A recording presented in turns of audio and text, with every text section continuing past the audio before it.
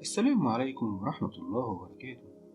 النهاردة معادنا مع الجزء الثاني من فيديو الحضارة الفرعونية، وهنعرف مع بعض مين هم أشهر ملوك الفراعنة في تاريخ الحضارة الفرعونية القديمة، واللي اتبنت عليهم أشهر حضارات العالم القديم. لا تنسوا الاشتراك في القناة وتفعيل زر الجرس ليصلكم الجديد إن شاء الله. الملك مينا هو المؤسس لأول أسرة فرعونية من الأسرات الثلاثين اللي حكموا مصر في تاريخ الحضارة الفرعونية القديمة. اختلف علماء الآثار في تحديد هويته بالتحديد. بعضهم قال إنه الفرعون ناري مور، والبعض الآخر قال إنه الفرعون حور عاحا، والباقي قالوا إن الشخصيات الثلاثة هم ملك واحد وهو الملك مينا، مؤسس الأسرة المصرية الفرعونية الأولى في مدينة الأقصر، وهو واحد من أبرز الملوك المؤثرة في التاريخ المصري القديم. معنى الاسم مينا باللغة الفرعونية تعني يؤسس أو يبني أو يشيد، أما في اللغة القبطية فلها معان كثيرة، منها راسخ أو ثابت أو دائم. أطلق على الملك مينا عدة ألقاب، منها ملك الأرضين وصاحب التاجين ونسر الجنوب وثعبان الشمال، كناية عن امتلاكه الحنكة والحكمة والذكاء. حياة الملك مينا وأهم إنجازاته. يعود الفضل للملك مينا في توحيد القطرين وتأسيس حكومة مركزية في عام 3200 قبل الميلاد. توحيد مصر. اختلف الأثريين في كيفية توحيده لمصر، وهناك رأيين. الأول يرى أن التوحيد كان سلمي، وأنه ورث حكم الجنوب عن والده وحكم الشمال عن والدته. الرأي الثاني بيقول إنه حارب ملك الشمال وهزمه ليتمكن من توحيد مصر، وبعد توحيد القطرين تزوج من إحدى أميرات الوجه البحري، وذلك حتى يستميل أهل الوجه البحري فلا يقومون بالثورة ضده. كما أنه بنى مدينة جديدة في مكان متوسط بين الشمال والجنوب، وهي المدينة التي عرفها الإغريق باسم منفيس، وأطلق عليها العرب منفي لتكون حصنا له في مملكة الشمال ومركزا حربيا للدفاع عن مصر ضد غارات القبائل الليبية التي كانت تهجم على غرب الدلتا. نهاية الملك مينا. لقد حكم الملك مينا لفترة طويلة وصلت في بعض الروايات إلى 62 عام، ومات بعد أن قتله حيوان فرس النهر في غفلة من حراسه. الملكة حتشبسوت أو غنمة آمون حتشبسوت، ويعني اسمها خليلة آمون درة الأميرات أو خليفة آمون المفضلة على السيدات. تعتبر الخامسة ضمن تسلسل ملوك الأسرة 18. استلمت الحكم بعد وفاة زوجها الملك تحتمس الثاني، كما أنها تعتبر من أشهر وأقوى الملكات اللي حكموا مصر. ولدت الملكة حتشبسوت عام 1508 قبل الميلاد، وهي الابنة الكبرى للملك أحمس والملك تحتمس الأول. جدها أحمس الأول مؤسس الأسرة الفرعونية 18 وصاحب الانتصار الكبير في تحرير مصر ومن غزو الهكسوس، وهي الوريثة الوحيدة والشرعية لعرش الميلاد. درست الملكة حتشبسوت علوم السلوك والأخلاق الصحيحة، بالإضافة إلى الفلسفة والحساب والقراءة والكتابة وقواعد الإنشاء واللغة، بالإضافة إلى الطقوس الدينية الصحيحة. كما كان عليها أن تجتهد في تعلم الحكم المأثورة عن الحكماء المصريين القدماء، والتي يتناقلها الناس فيما بينهم كأي شخص من الأسرة الحاكمة والأميرات وأبناء الوزراء. تولي الملكة حتشبسوت الحكم. كانت حتشبسوت تشارك والدها الحكم، وده لأنها الوريثة الشرعية ليه، وتوفى والدها وهي في سن 20، فكان عليها تحمل المسؤولية وتولي الحكم. إلا أن السلطة الذكورية والمجتمع والكهنة وقفوا في طريقها، وحاولوا تزويجها من أخيها غير الشقيق تحتمس الثاني، وتصبح بذلك مجرد زوجة للملك لا أكثر. أعمال الملكة حتشبسوت. وبعد موت زوجها تحتمس الثاني كانت الوصية على الحكم مع ابنه تحتمس الثالث، وكان ما زال صغيرا، فانفردت بالحكم. أعمال الملكة حتشبسوت. في فترة حكمها بنت جيش قوي وفتحت العديد من المناجم والمحاجر اللي كانت مهملة قبل فترة توليها الحكم، وخاصة مناجم النحاس في منطقة شبه جزيرة سيناء. نشطت حركة التجارة مع جيرانها، وإعادة استخدام القناة الرابطة بين البحر الأحمر ونهر النيل، وسهلت طريق الأسطول المصري تجاه خليج السويس واتجاهه إلى البحر الأحمر. أمرت ببناء عدد من المباني في معبد الكرنك، وبنت معبد خاص بها في الدير البحري في مدينة الأقصر. كما أنها أمرت بإنشاء سفن بحرية كبيرة لتنشيط حركة الأسطول التجاري المصري.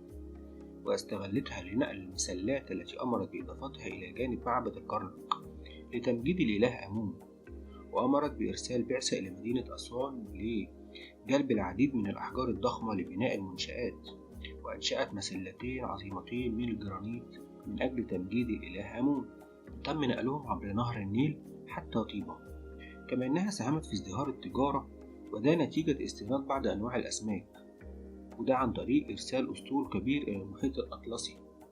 وأرسلت بعثة تجارية على متن العديد من السفن اللي بتقوم بالملاحة في البحر الأحمر والمحملة بالهدايا والبضائع مثل البردي وبذور الكتان إلى بلاد بونت أو الصومال وجنوب اليمن، حيث استقبل الملك البعثة استقبالا جيدا وأعدها محملة بكميات وفيرة من الأخشاب والبخور والحيوانات المفترسة والأحجار الكريمة والعاج والجلود. وفاة الملكة حتشبسوت. توفت الملكة حتشبسوت بعد أن حكمت لمدة 22 عام سنة 1457 قبل الميلاد، وده نتيجة لإصابتها بمرض السكري أو السرطان، علما أن قبرها موجود في منطقة وادي الملوك إلى جانب قبر والدها تحتمس الثالث. فترة الملك تحتمس الثالث كانت من 1481 قبل الميلاد إلى 1425 قبل الميلاد، هو أحد ملوك مصر القديمة، وهو سادس الفراعنة في الأسرة 18. استلم حكم مصر وهو صغير، ونظر لسنه الصغير في إنه ما حكمش لوحده، بل كان معاه الملكة حتشبسوت زوجة أبيه، إلا أنه استطاع بعد وفاتها قيادة إمبراطورية عظيمة. كان من أعظم القادة العسكريين في مصر القديمة، حيث قاد 17 حملة عسكرية ناجحة خلال 20 سنة، ودونت التفاصيل بتاعتها وأحداثها في سجلات. كما أنه اهتم بالجانب العمراني لمصر، وبنى في عهده كثير من المعابد في النوبة، إلى جانب بعض التجديدات والإضافات الخاصة بمعبد آمون في الكرنك. تحتمس الثالث هو ابن الملك تحتمس الثاني، وأمه هي الزوجة الثانية لتحتمس الثاني، وابنه هو أمنحتب الثاني. أما زوجته فقد ظهر اختلاف بين المصادر في تحديدها، إلا أن بعض المصادر ذكرت أن تحتمس الثالث تزوج ب3 زوجات من سوريا، وهنا الإشارة إلى توجه مصر في تلك الفترة الزمنية نحو إنشاء علاقات دولية مع دول الشرق الأدنى القديم. وفاة تحتمس الثالث. توفى عام 1426 قبل الميلاد، واتدفن في وادي الملوك في الجهة الغربية من طيبة، وتم اكتشاف المومياء الخاصة به عام 1889 مع مجموعة من مقتنياته الشخصية. أعماله أبرزها المعبد المعروف باسم الدير البحري، إلى جانب ومحو آثار حتشبسوت، وذلك من خلال إزالة آثارها وجعلها باسم كل من تحتمس الأول وتحتمس الثالث. رمسيس الثاني من عام 1303 ل 1213 قبل الميلاد. رمسيس الثاني هو ثالث فرعون من الأسرة 19، وواحد من أعظم الفراعنة في مملكة مصر الفرعونية، أطلق عليه المصريين اسم الجد الأكبر.